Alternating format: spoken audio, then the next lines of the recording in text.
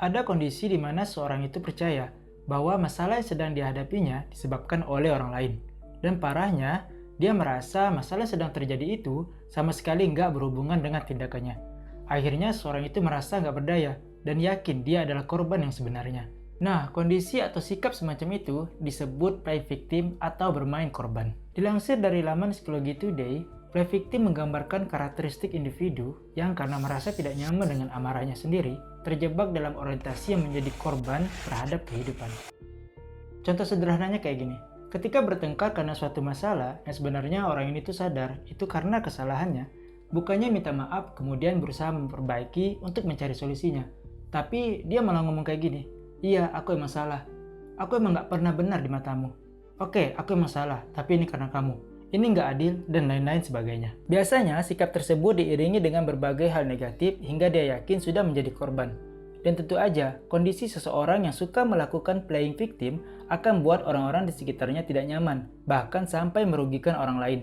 Karena seorang playing victim biasanya tidak akan berusaha untuk menyelesaikan masalahnya dan melimpahkan ke orang-orang di sekitarnya. Menurut Stephen F. Miller, dalam Playing the Victim, A Psychological Perspective, kita harus menyadari bahwa playing victim tidak berbicara tentang korban nyata dari hal-hal seperti pelecehan anak, kejahatan, atau ketidakadilan sosial, tetapi korban yang ditimbulkan sendiri dari ketidakseimbangan mental. Di sini aku akan share tanda seseorang suka melakukan playing victim, selain agar kita tidak terjebak dalam kondisi ini, dan tentu aja sebagai bahan evaluasi diri.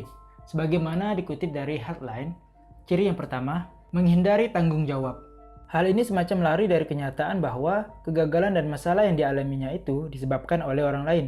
Dia cenderung bereaksi sebagian besar masalah ini bukan salah aku. Akibatnya, orang seperti ini tidak belajar dari pengalaman dan terus mengulangi kesalahan yang sama. Yang kedua, tidak mencari solusi yang harus dilakukan. Sebenarnya, tidak semua hal buruk atau masalah-masalah yang terjadi itu tidak dapat dikendalikan. Setidaknya, jika kita fokus pada solusinya, akan ada hal-hal kecil yang dapat kita lakukan untuk meringankan masalah tersebut. Namun, untuk orang yang suka melakukan playing victim, dia tidak akan berminat untuk mencoba sesuatu yang memungkinkan dia menyelesaikan masalahnya. Dia lebih memilih mengasihani diri sendiri. Yang ketiga, selalu merasa tidak berdaya. Orang yang suka melakukan playing victim percaya bahwa dia tidak memiliki kemampuan untuk mengubah keadaannya. Dia seorang yang tidak mampu bertahan di dalam kondisi tertekan dan selalu berharap segala sesuatu sesuai dengan keinginannya.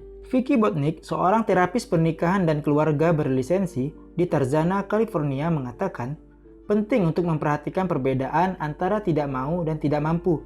Dia menjelaskan bahwa beberapa orang yang merasa seperti korban memang membuat pilihan sadar untuk menyalahkan dan tersinggung. Yang keempat, memanipulasi dan berbicara negatif terhadap diri sendiri. Seperti contoh yang aku berikan di awal tadi, omongan-omongan seperti, iya aku selalu salah, emang aku nggak pernah benar di matamu, oke aku emang salah tapi ini karena kamu, ini nggak adil, dan lain-lain sebagainya. Bagi orang yang punya mentalitas korban, pesan-pesan negatif ini jadi bahan yang mereka input ke dalam diri dan membangun keyakinan bahwa dia itu benar-benar korban. Pada akhirnya, hal itu akan memanipulasi diri menjadi nggak berdaya. Dan buat apa sebenarnya bisa dilakukan untuk jadi solusi, menjadi nggak ada peluang. Yang kelima, frustasi, marah, dan dendam. Orang yang suka melakukan playing victim memiliki pola pikir yang membuat dia merasa frustasi dan marah dengan kenyataan yang nggak sesuai dengan keinginannya. Putus asa dengan keadaannya dan nggak ada usaha untuk berubah lebih baik. Terluka karena keyakinannya sendiri bahwa orang-orang di sekitarnya tidak lagi memperdulikannya dan membenci orang yang tampak bahagia dan sukses. Oke, itu tadi beberapa ciri-ciri orang yang suka melakukan play victim. Lalu jika kita nemu nih, ada orang seperti itu di sekitar kita, gimana cara menanggapinya? Masih dilansir dari laman Headline, yang pertama tetapkan batasan.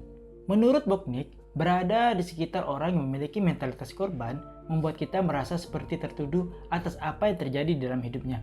Kita merasa jadi harus minta maaf dan merasa bertanggung jawab juga. Karena sangat sulit untuk membantu seseorang yang tidak bisa menerima kenyataan yang terjadi dalam hidupnya.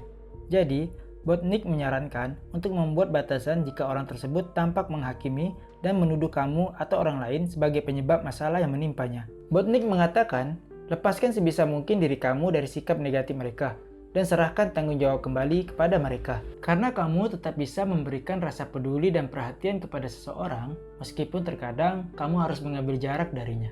Yang kedua, bantu menemukan solusi. Menawarkan bantuan langsung terhadap seorang playing victim dapat menguras energi dan emosional.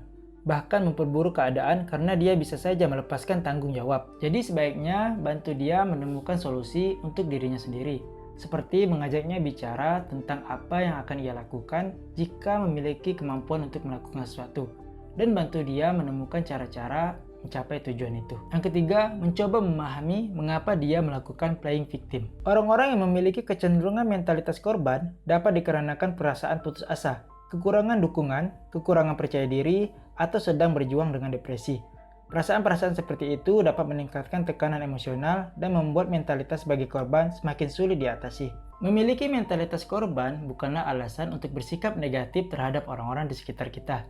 Penting juga menetapkan batasan untuk diri sendiri tentang apa yang masih bisa kita ubah dan tidak. Tetapi pahami juga, seseorang yang melakukan playing victim mungkin di belakangnya memiliki banyak hal yang terjadi daripada sekedar hanya menginginkan perhatian.